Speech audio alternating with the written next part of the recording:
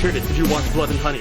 Did you watch? I haven't. I didn't watch the full trailer yet. I thought you were about to ask me if I saw the trailer for Weird, the Al Yankovic story. Oh no, that is also very good. But because I have seen that. I want them to just start doing a series of Weird Al movies that are just parodies of different genres. Yes, that still star Daniel Radcliffe. So I want like John Wick, but it's Weird Al. But it's weird. Oh man. I want what's his face? Robert Eggers, whoever directed, who directed like The Witch. Yeah, I want him to re-release The Witch, but make Black Phillip at the end be Weird Al Radcliffe. Oh my god. Yes, I'm down. I think that would be so very good. I am excited for Winnie the Pooh, Blood and Honey in like a weird way. To where like I love terrible movies, especially just nonsense horror. So like I'm excited for it in the same way I was excited for Willy's Wonderland. In that sense of like, I know this is going to not be amazing, but like I have to watch it. I don't like that Piglet's. Doesn't Piglet have tusks? Yeah, I don't like that. I think if I have one gripe, it's that Piglet's got tusks. Well, I think because part of it is it's supposed to be them. Yeah, and they're feral. So like they've gone feral after they were abandoned. So like yeah, there's. I mean, it looks legit. Like they obviously put time into it. It looks interesting. Yeah. If anything, it's just gonna be an interesting horror movie. Like, oh man, did you see Winnie the Pooh, Blood and Honey? Like, yeah, I did. Yeah, it's gonna be something that we talk about at the very least. Like, if it's garbage, it's gonna be interesting garbage. It's gonna be interesting garbage. I mean, I've seen garbage horror movies that I've had fun with, like Willy's Wonderland, Slumber Party Massacre 2. Have you seen that one? I've not watched those ones yet. I want to watch them a lot. I've learned after learning more about them, but Slumber Party Massacre 2 is vastly different. I watched 1 and 2. With the guitar, right? Yeah, so this 2 is with the murderous rockabilly guy with the guitar drill. He should have teamed up with Bruce Springsteen's little sister when she was in a Sleepaway Camp 2 and 3. Oh, I have not seen the Sleepaway Camp sequels. Yeah, I've only watched the first one. I've watched bits and pieces of the first one. It's good, but I will always be frightened by the end with the face. The face is what gets me at the end. The movie of Sleepaway Camp 1, it's a good time because you just see like perverts getting child perverts getting killed, and it's great. Yeah. Like you just see like a bunch of pedophiles just like get shoved into it, like killed in various ways. I'm like, I'm here for this. Also, I'm rooting for this person. In the first one of the guys, it's James Earl Jones' dad. Yeah, is it? Yeah. No, I can't remember. Wow. He's like the kitchen guy who's not creepy. Oh, that guy. But listen to his voice. Shit. Like next time you watch it, listen to his voice. Next time I watch it, I'll listen closer. Yeah, that's a Jones. No fucking way. Yeah. I'm gonna have to watch it again. Oh yeah, it's getting to be. Hello everybody. It's September 1st, the first day of Halloween. It's the first day of Halloween, everybody. September 1st. Everybody knows that. And welcome to your Halloween Central podcast. Our haunted backyard. Spooky noises. It's a skeleton with a gun in his hand. And this is the podcast where we talk about country road cryptids, small town spooky, and other local legends. If we sound weird, it's because we are filming it for the first time. Like, it's not the first time we've used Discord, but it's the first time we both are not in the same space. I know, it's weird. It's really weird. I miss you. I miss you too. Life happened. Life just happens, and life sucks sometimes. But then, at the end of the day, you still get to record your spooky cryptid podcast with your buddy. Yeah. Yeah. And while we might not be doing a together beer in my backyard, today I am drinking the Mad Tree Legendary Lager, which is named after Emma Grandma Gatewood, And according to the back, the men told her to go home, that the Appalachian Trail was no place for a woman her age. So Grandma Gatewood walked from Georgia to Maine 3 times at ages 67, 69 nice, and 73. She just walked. Yeah. And I guess like I'd have to look her up, but it sounds like she did it in one go. I know some people who will walk the Appalachian Trail, but they'll do it in sections. Yeah. I want to do that with the Buckeye Trail eventually. Oh yeah. Yeah, because there's a trail, a walking trail that goes like all across Ohio. Like you could like circumnavigate the entirety of Ohio. That's neat. Yeah. That's actually pretty neat. I would like to do the at least part of the Appalachian Trail someday. I just have to have the proper equipment and stuff like that. Part of me wants to visit Appalachia, but the other part of me doesn't. I think it's mostly it's kind of like any other place. Like just don't be dumb about it, for lack of a better term. Right, just don't be dumb. Yeah, that's fair. Because I don't know what to believe. Everyone's like, you have the one half people being like, it's Silent Hill, and then the other half being like, it's not that bad. Yeah, I think it's mostly just one of those things where it's like, yeah, don't walk on people's property. Be respectful if you come across people, but you do that anywhere you go. So do that anywhere you go. Don't whistle at night, though. Yeah, don't do that. I saw a Twitter thing the other day where someone was talking about they're camping in Hocking Hills. And they were in one of the campgrounds, but like kind of the furthest removed camping place. And apparently they heard at least one person in the forest humming and whistling, and they never saw somebody. And they're like live tweeting, like, I hear someone humming. I'm terrified. I am running to the office now. I am terrified. I'm going to sleep in the office. Yeah, just do that. And then they're like, oh, Hocking Hills, it's chock full of ghosts. Yeah, just maybe not follow it. Go the opposite direction of if you hear humming or whistling in the woods. I know I would. Yeah, it was one of those things where it's like, oh, this reduces my desire to go out in Hocking Hills because I've always wanted to go out and like have a cabin or something like that. Because it's also full of Bigfoots. Is it? Yeah, they do a lot of and they have at least one Bigfoot convention. Oh, cool. There. Yeah, it'd be fun to maybe hit that up next year. I'll have to see when I want to say it's spring is when it happens. I'll have to look that up. Oh, okay. Neat. So Ian, what are we talking about today? What is the subject of today's episode? So today is kind of 2 stories that are one story at the same time. Okay. And to kind of kick off the mood, I will go back into share mode. Okay. And I'm going to play you some stuff. Okay. Are there any new secret societies that I now have to be aware of? No, this is a old secret society. Okay. And that it is the police. County Dispatch, may I help you? Did you get any reports or any object in the air about 15 minutes ago?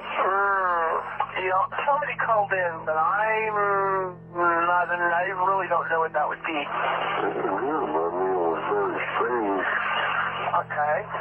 Looked like a back end of like one of them fighter planes, like the plane coming out the back. Okay. Was it just like moving at a slow rate of speed? It wasn't slowly, it was fastly, but it was coming down. It was coming down? Yeah. Like straight down or at an angle? Like an angle. At an angle? Okay. It wasn't a real big in the back. Okay. Plane. All right. Well, I'll tell you what, we'll check with the air base in Miami and see if they have any report of anything in the area. Yeah, okay, thank you. Okay. Bye-bye. So, it was the Liberty Township, it was a UFO call for 911. It was. So, the first story that we have is the story of UFO investigator Kenny Young. Okay. He was a UFO investigator, obviously. Lived in Cincinnati and that kind of the northern Kentucky region. I think he was actually from Florence, y'all. And he had spent most of his life researching into a variety of UFO phenomena. He passed, sadly, very young 38 in 2005. Oh, wow, no. However, his friends archived his website. Okay. And you can still go to it today. It's kinney.anomalyresponse.com. Mm-hmm. And it is just filled with interesting things, and along with some like very touching tributes. But he, in 1996, started investigating. He heard about a UFO sighting that had happened in 1988. Oh yeah, this site is old, but yeah, it's very Hotmails. I think it's very GeoCity. I think the last update on it is 2009. Because there were some other people who are posting on it. It's got so much in there. Dang, nice. It's going to be like, I'm going to dig through it a lot, partially because I was already digging through it for this episode, and there's even more that I want to talk about with this story that I just am like, there's too much. And so I was like trying to figure out like, what do I need to include right now versus I want to come back and examine this some more. Yeah. At a future point, because there is just so much to it. But so in 1996, he was researching a UFO sighting from 88 where a Liberty Police Department officer had reported seeing some kind of UFO over a cornfield or something like that. I can't remember all of the details of it right off the top of my head, but this was Liberty Township, Ohio, Dayton region. Yeah. And he was like, oh, it has something to do with Wright Pat. Supposedly the Wright-Patterson Air Force Base was called in to clean up the crashed UFO. So he and his research called the operator to try and get the phone number for the Liberty Township 911 dispatch. He calls the number and he says, yes, I'm doing some research about a supposed UFO sighting that was called into your dispatch a couple of years ago. And the person on the other end said, oh yeah, that was like 94, I think. And they started going into all these details. And for weeks, Kenny was calling back to this dispatch to go over the details of the sighting until he finally realized, oh, this is the wrong Liberty Township. Oh, because there's like 26 liberties in Ohio. There are too much liberties in Ohio. There's too much liberty in Ohio. Dictatorships now. There's too much liberty. And the one that he called was actually Liberty Township in Trumbull County, Ohio. Trumbull County is the second most northeastern county, which is just south of Ashtabula, which is where I spent a lot of my summers when I was a young person working at the Great Lakes Medieval Festival. Oh, I know of the Great Lakes Medieval Festival. Yeah. So I traveled a lot through Trumbull County. It was like because we'd have to go like north and then very east and then north again. And so, we'd go through Trumbull all the time. At the time, I didn't know there was a big UFO incident. Researching the validity of the first account, author placed a phone call to the Liberty Police Department. Neither party realized they were talking about the wrong Liberty. It was completely different. However, Kenny realized he had never heard about this incident that had just happened a couple years ago. And so the story of the story is the Trumbull County UFO sighting of December 14th, 1994. Okay, I've never heard of this. Yet not a lot of people have. That's part of the overarching story, is the fact that nobody talked about it. And you will be blown away that for that little clip that I played for you was just about a minute of well over an hour's worth of 911 dispatch recording about one incident for this one night. Oh my God. So a lot of people, when they have heard about the Trumbull County UFO sighting, it is because of Paranormal Witness, which is I love that show.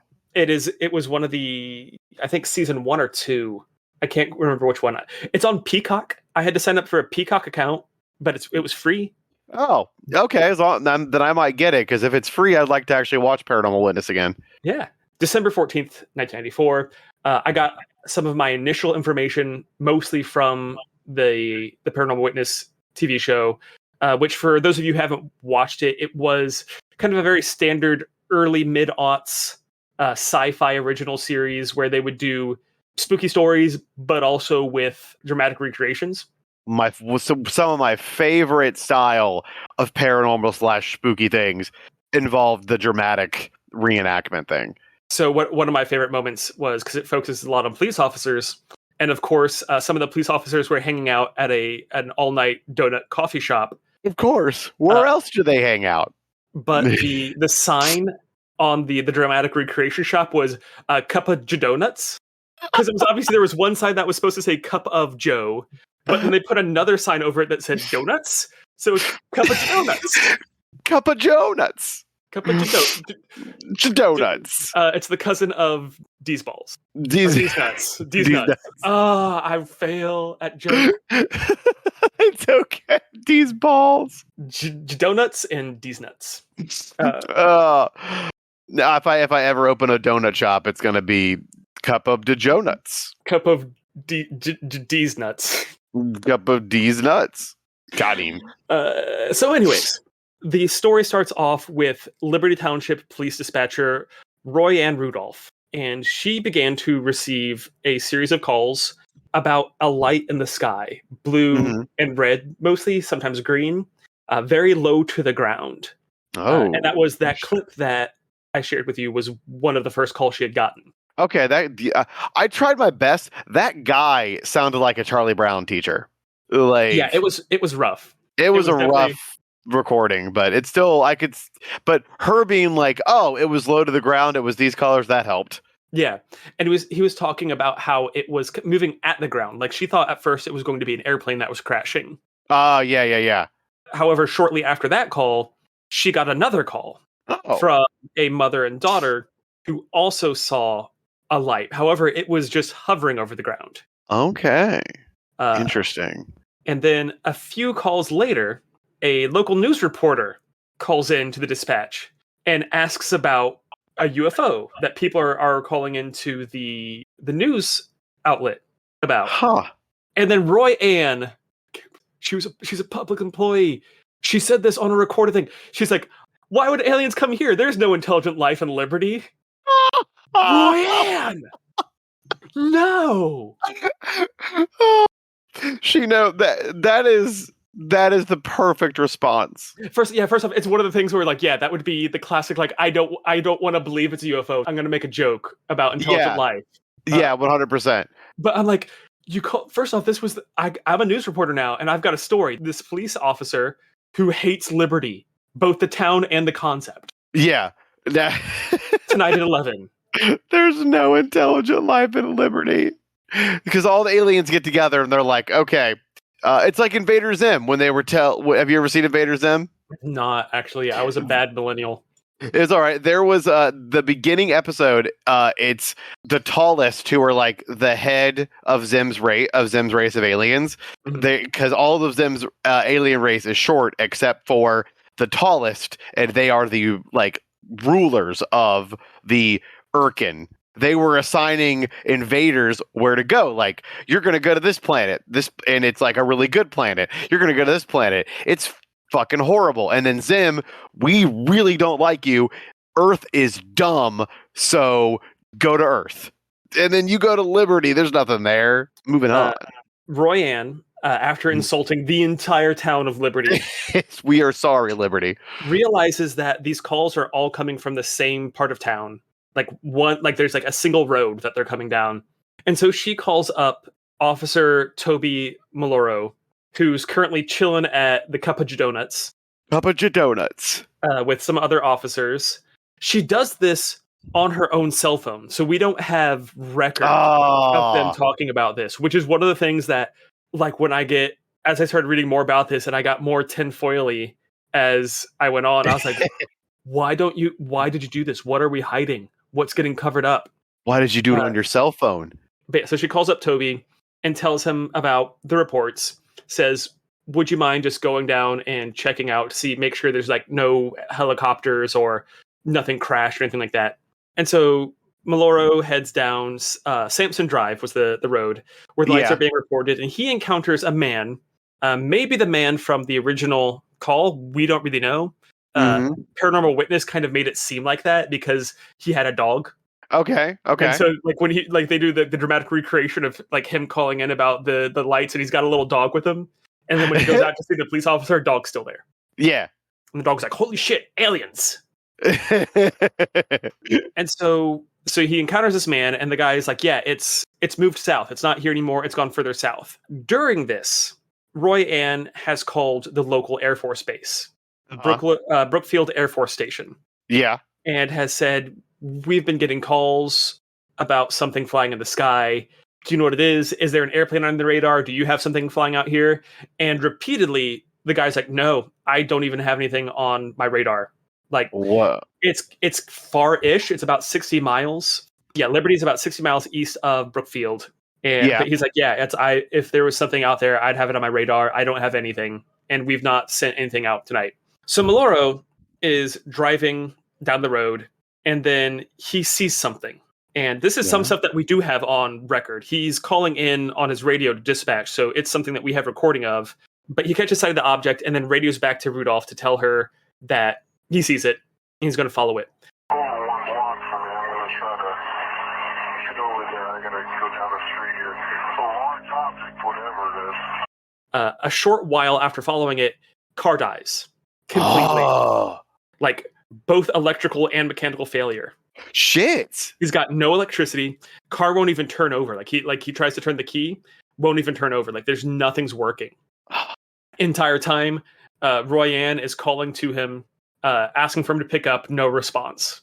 Toby exits his car and finds himself looking up at an object he describes as being the size of a football field, just hovering above a small wooded lot, and it's making no sound. Weird. Cool. Wild. Football, that's huge. That's a football field is huge. That's like at least 50 yards. Yeah, at least. Didn't specify if it was professional or if it was like little guy football. Yeah, but football. We only usually hear about them be like UFOs being like, you know, the size of a standard airplanes. We only hear about them being fucking. That's a mothership. If I ever like saw one, if I ever heard of one, and like that like, sounds like it's checking out this lot. Like, hey, maybe we will buy some real estate. so we can land our football size flying object. Yeah. So he is standing there watching it, and then the object shoots off. Oh man. And the second it does that, his car starts back up. No fucking shit. And he radios back to dispatch. So this is another thing that we've got on tape, and says what he saw. And then he's like, I know what I saw. He's also like, I'm going to be off for a little bit because I need some time. Yeah.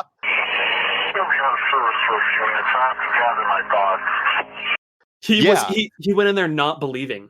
Like he thought it was like nonsense. It was like jokes or prank calls or something like that. And he's like, I've got to deal with whatever I just saw. My whole worldview has completely changed. Mm-hmm. Like everything I thought I knew is gone. You need time to process that. Like a lot. Yeah. And so he takes like 12 minutes and just sits there in his car, probably eating some leftover donuts. Or probably donuts. Yeah. Probably drinking whatever cold coffee he has. He doesn't care. His whole worldview has changed. He doesn't care. I just thought about a coffee donut where it's like you make a donut but put like ground espresso in it. I'm sure someone's done it. That would be really good. I'm sure someone's done it. I'm gonna make some Jadonuts, listeners. See, when I pictured a Jadonut, I pictured for some reason a donut coffee cup, like a coffee cup made out of a dough, and there was coffee in it. That's what I'll make a Jadonut mug. I'll make a mug for you. I wouldn't recommend drinking out of it, but I will make it for you to eat. I would eat it. I would also try the espresso filled donut. I would try that. That sounds very good. That sounds so good. I can't wait. That's all I'm going to talk about now. Sorry, this is now a baking podcast. Made my first loaf of sourdough with the sourdough starter I've been cultivating for like a month, and it didn't rise. It didn't rise. It was still good. It was so tasty, and the crust was perfect. Didn't rise. So baby steps. Yeah. Baby step. Okay, so what were you about to say before I interrupted him with my yeast? I was about to say that, like, even like coming from a believing standpoint, like if I was in that officer's shoes, you and me both, we believe in UFOs. But even with this much stark belief, I would feel like I'd have a similar reaction. Mm-hmm. Like I would be like, 100%. Yeah, you know what? I need a minute, like a long ass minute, to process the amount of shit that I just saw. Like, yeah, so no, I don't blame him for being like sitting in his car. I would probably sit in my car for like an hour. I would write in like, I might need to take some personal time. I might need like a couple days off for a UFO. Yeah, I'd leave. I'm wondering if I can ask my boss if I could take some time off because I saw a UFO and I just need to process it. I wonder how he'd respond. I feel like you could only use that excuse maybe 2 times. It's like, dog ate my homework, grandma died, I saw a UFO. Yeah. A friend of mine recently had to get shit done at his house, and he like, to where like he was like, man, I have to go to work, but I really need to get some shit done. And he messages me like an hour before he needs me to do this. He's like, hey, do you want to help me get out of work? I'm like, okay, what do I got to do? He's like, just call me at this time and fake something. I don't know, make something up. And I'm like, okay, I can do that. Like, the president needs you. Yeah, the president needs do fucking Power Rangers. So the object flies off, and then car starts back up. Yes. Toby takes a minute for himself. He's got to process his emotions. And yes. Almost immediately after that, dispatch starts getting calls from officers all around the county saying, we see this thing. Shit. And they are following it. They are chasing it across the county. One guy gets on top of an abandoned radio tower and reports that he sees... now, this is actually something they didn't include in Paranormal Witness episode. They talk about the guy going up to the top of the tower, and they play his part of his recording. Yeah, where he's like, "Oh God, I hope that's an airplane. I hope that's an airplane." And they never revisit it. However, when I was looking through Kenny Young's reporting, this is Officer James Baker of the Brookfield PD. He sort of climbs to the top of a radio tower and reports that he sees 3 objects, and they're all in close proximity to each other, and they are changing color in unison: red, yellow, blue, green.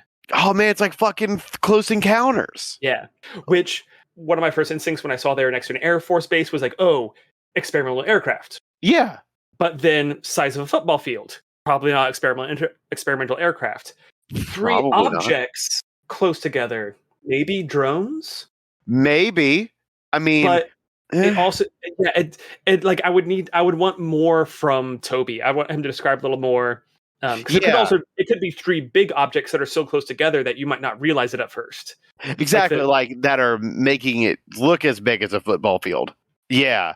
Because, like, I don't know, in the 90s, early 90s, like that, we didn't really have drones. Maybe they were experimenting with drones. Like that would be my, if I was to say it was drones, my guess would be yes. It was experimental Air Force drones. I would believe it. The stuff that the Air Force has now, they've had for a while. It was just experimental, and we didn't know about it. Yeah, exactly. The same was like, we've had drones probably since like the early 90s, and we just didn't know about it until now. So there's a part of me that says, yes, maybe drones, but I would need a little bit more description, because if there are 3 big objects in close proximity, probably not a drone. Probably not. If they are that close to make it look like it's as large as a football field, drones cannot fly that close to each other, like no matter what they are. There's so much weirdness about this story. Yeah. So the Air Force Base, throughout the evening, continues to deny that any planes or experimental aircraft were flying. I'd expect them to say there was no experimental aircraft because it's experimental. They don't want people to know about it. That's exactly. Like, why I feel like they're not going to tell me if they're flying their new ship, their new space toy.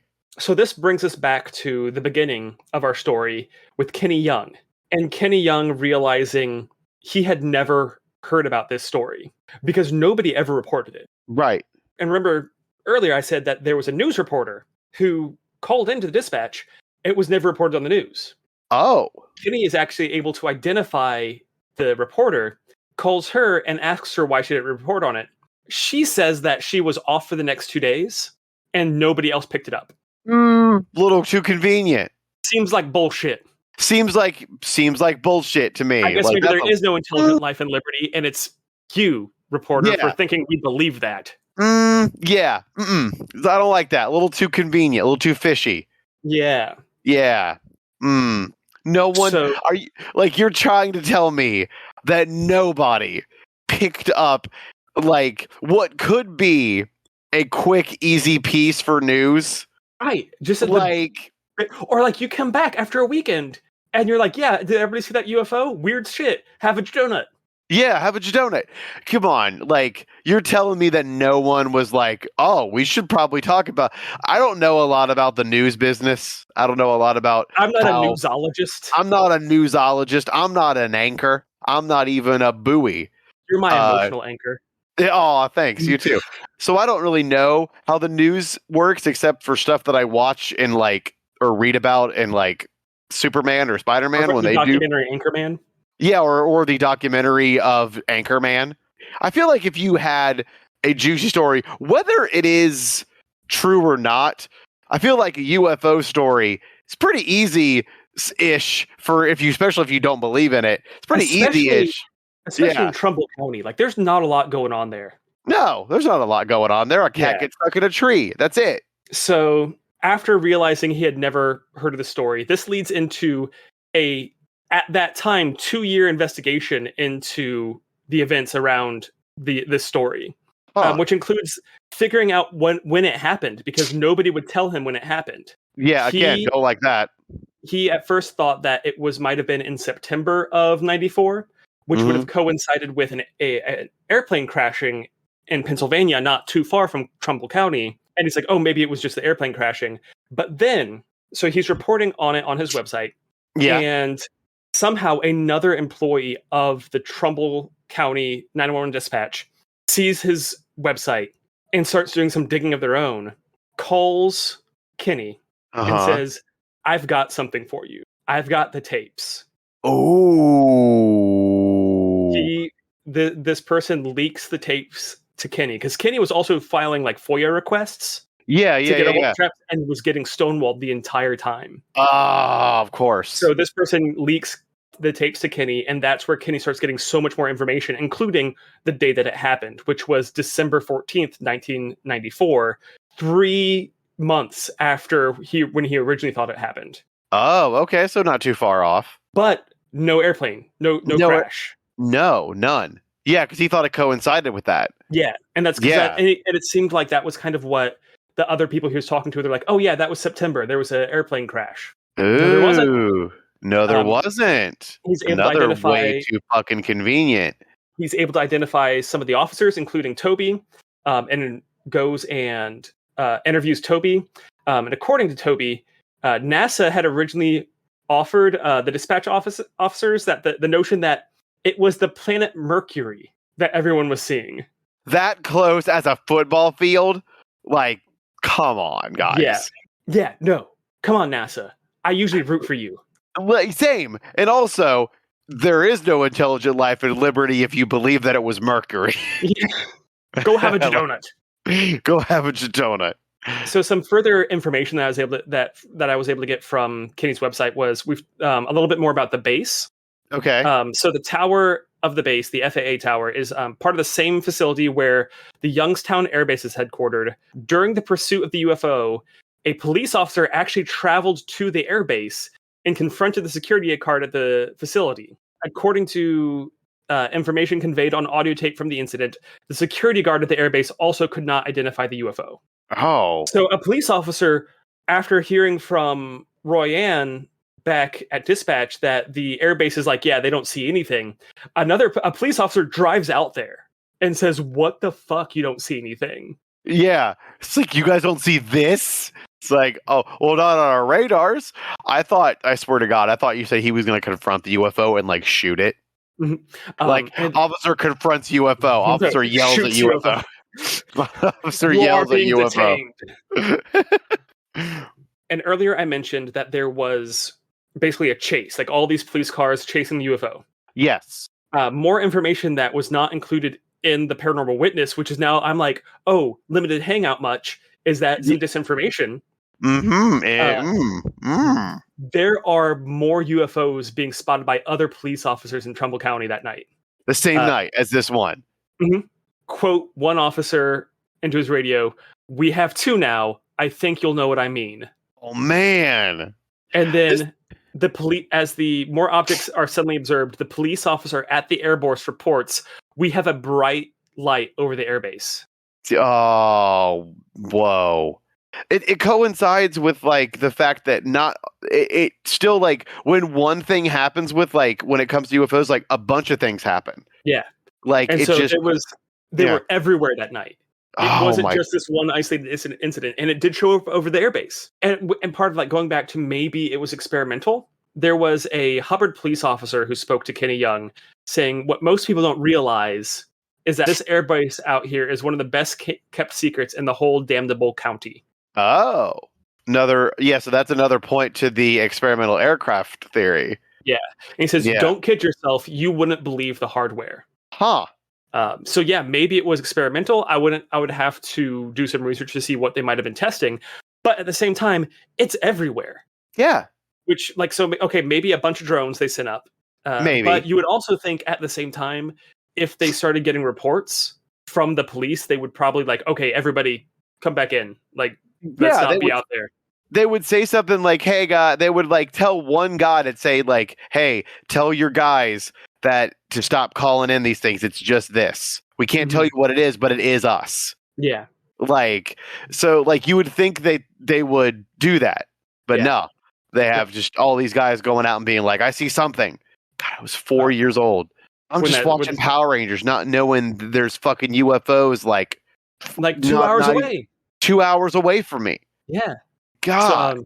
So in my notes, this is where I talk a little bit more about the repeated efforts to get the specific date of the incident. Yeah. Until the person leaked the information. And this is kind of where Kinney starts thinking there was so much more to the story than he is realizing.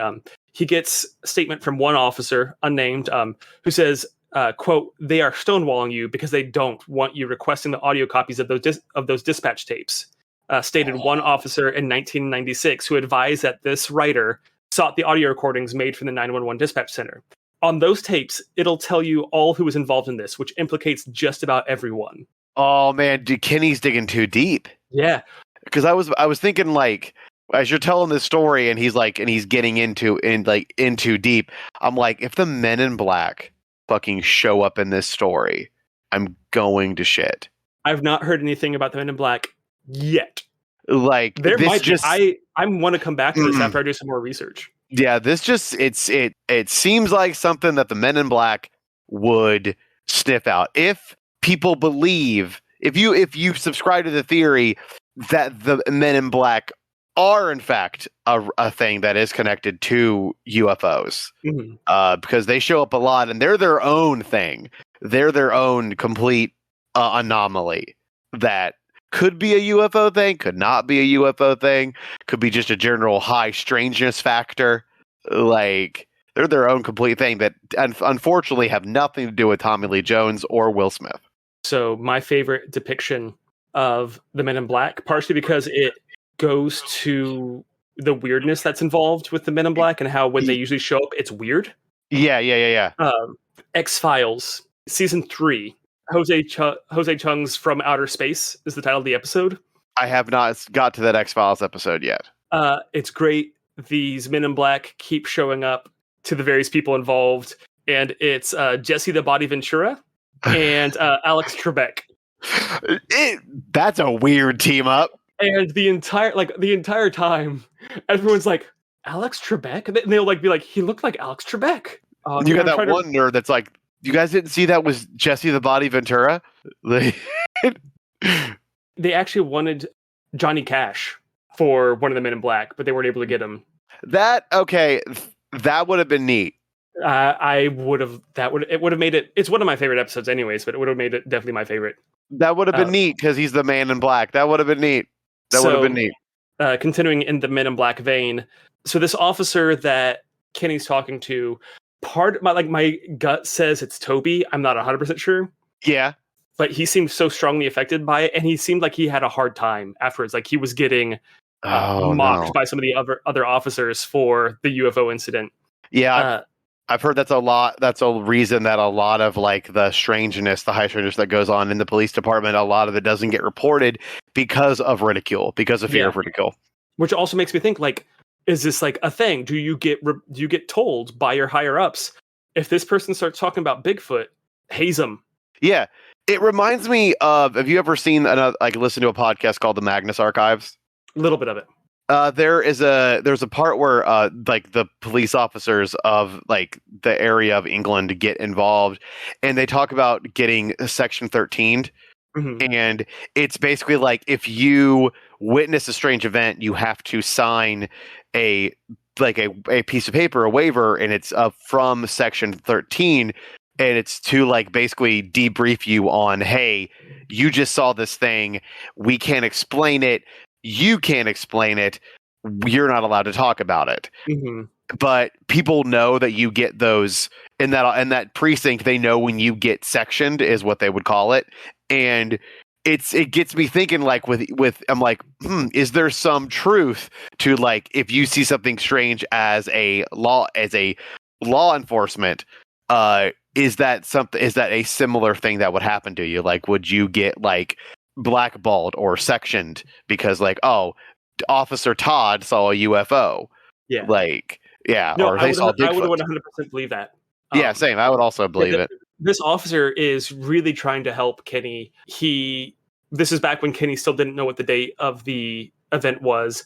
Officer tried to figure it out. So maybe it wasn't Toby. Maybe not. Yeah, Toby would have been straightforward. So it probably isn't Toby. Officer attempted to locate the date himself and expressed that his cohorts at the Trumbull County Dispatch Office did not respond favorably when he began making inquiries. Makes sense.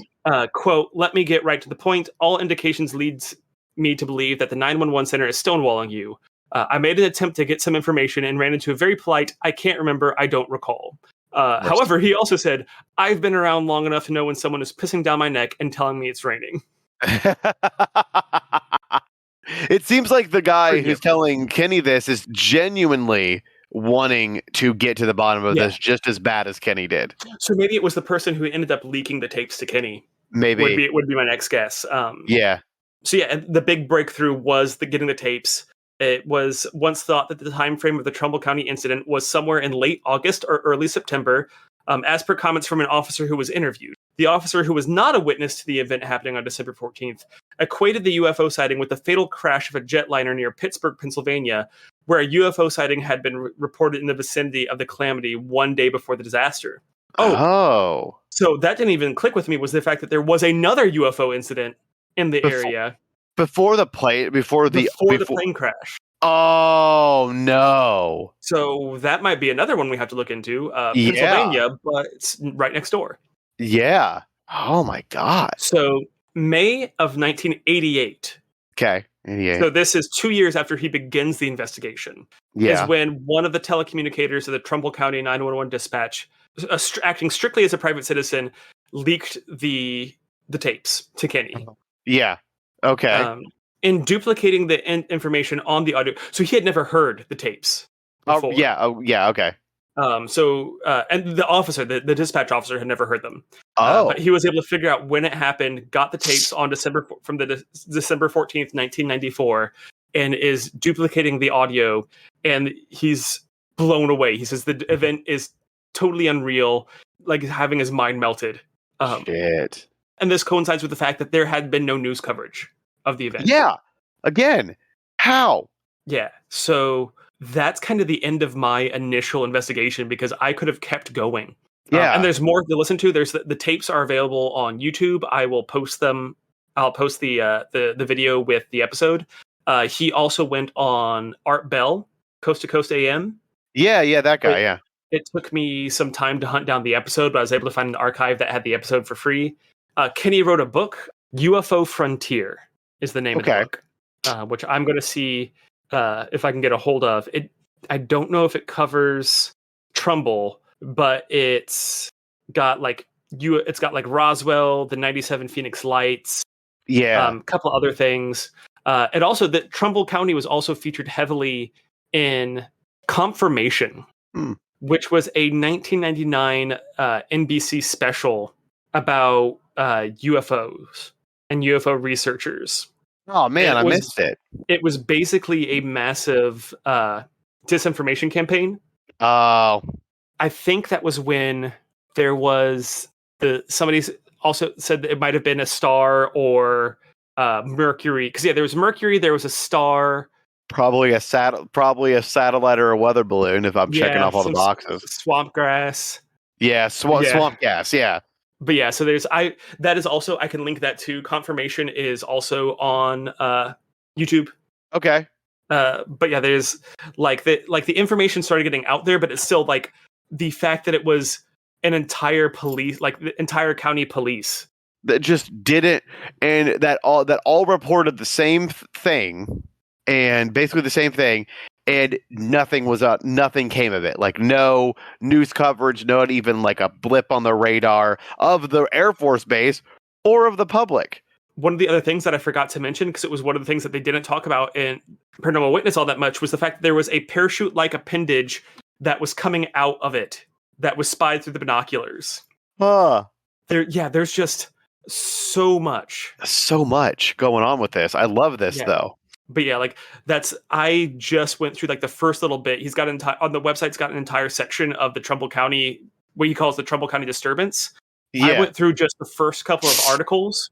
There is so much. He also put his FOIA replies for when he filed FOIA requests. Yeah. He put the replies on there on his website. That's actually kind of cool. Yeah, there's so much information. There's one where he tries to cover the base, like, oh, was this a low flying helicopter? Because part of it in the 911 tapes, the base suggests, oh, maybe it was a hospital helicopter. Yeah, and so Kenny calls the hospital to try and get information. So there you go. I'm 100% coming back to this one. Yeah, we got to come back to this one. There's so much information, even more, even information on other stuff. Yeah, but yeah, so that is a taste, the Trumbull County UFO disturbance, and also others to come from just this information. Yeah. Wow, no, that's interesting as hell. I need to look into more. I have my blinders on, like accidentally when it comes to like what I want to cover, like what I think to look up for this show. I need to make sure I broaden it to UFOs because usually it's I'm just like blinders on cryptids and ghosts. So I'm like, I need to make sure I broaden my spectrum to UFO. Especially one of those things. It's one of those things where when we talk about, like, every now and then we'll be like, oh yeah, we're kind of winding down on Ohio. There's more stories, but how many of them are going to be like big enough for an episode, or even just like to be like the ghost stories episode that we did? Yeah. And then you remember that we're also like, we're up there for dogmen. We're also up there for UFOs. Yeah. Every time I tell someone we have a werewolf problem, they're like, what are you talking about? I'm like, we have a dogman problem, kind of, but look it up. We got we get too many. I'm like, we talk about it on our show. And then I shamelessly promote the show. Follow us on our various social media outlets. Yes. We're now on YouTube. Yes, we are. So it's not too much. It's just the audio with the art. I've also finally updated the show art to be the beautiful drawing by Isabella Alford, my fiance's younger sister. Thank you, Isabella. Yes, it's very great. We've gotten compliments on it already. We have. People love it. I like the happy ghosts. Mm-hmm. We love that. And you look you've got the flashlight. I've got the marshmallow, right? You've got the marshmallows. Yeah, you got the marshmallow on the stick. I look very metal about my marshmallow. I'm just like, yeah, I got a marshmallow. You and like you look very intense about your marshmallow in the drawing. But yeah, so we're on YouTube, so you can follow us on there. We might eventually be posting more actual videos on there when we get a chance to go out and do some investigations. If we can set it up so that we can video record the podcast, we'll probably start doing that. We're also on Facebook. We are also on Facebook. We're on every social media except Snapchat. And Zanga. That's a social media? I think so. What is Zanga? It was like pre-MySpace. Oh, we're not on MySpace. Yeah, we're not on MySpace. We're not on LiveJournal. We're not on LiveJournal. We're not on Tumblr. I'll get us on GeoCities. Yeah, we keep talking about Reddit, but I have no idea how Reddit works. So I know how it works. That takes. That's fair. Yeah, because it is fair season for me. So my weekends are I don't have a day off anymore. So come out to the Ohio Renaissance Festival. So come out to the Ohio Renaissance Festival if you're listening to Eric and tell him about your ghosts. If you do it, I'll be in character. I'll be a pirate. But there's a lot of ghost pirates. Or explain to the Renaissance man about UFOs. Or explain to me about UFOs. I will, because I'll be in character, so I won't technically know what they are, but I will still love a shout out of like, "Hey, I love your podcast, thanks." And I won't know what that is, but I won't say it out loud, but like in my brain, like in my inner thoughts, I'll be like, "Thank you so much, I love you." But outside, I'll probably just be like, "I don't know what that is," but in my heart, know that I'm thanking you. You see me. I'll be day drinking. Yes. Because I don't work there anymore. No. I can drink whenever I want. So come up to a drunken Ian and tell him ghost stories. He'll believe you. Yes, he will. But yeah, come up to the Ohio Renaissance Festival if you can. Come to the Royal Feast. Shameless self-promotion. I'm also in that because I'm an improv. Send us emails with your stories. Yeah, send us emails. Especially if, I'm not I will go on record as I am not the biggest fan of law enforcement or police officers at all. But if you are one of those things and that didn't turn you off, me just saying that didn't turn you off and make you angry at me, send us an email. It can be completely anonymous about something that you saw. We'll read it still. You don't have to tell me you're a cop. Mm-hmm. Unless we ask you. And then Unless we ask you. Then you legally have to tell me if you're a cop. So until next time, everyone. Until next time. Thank you again for listening. Thank you, guys. Stay spooky and stay nice. Bye-bye.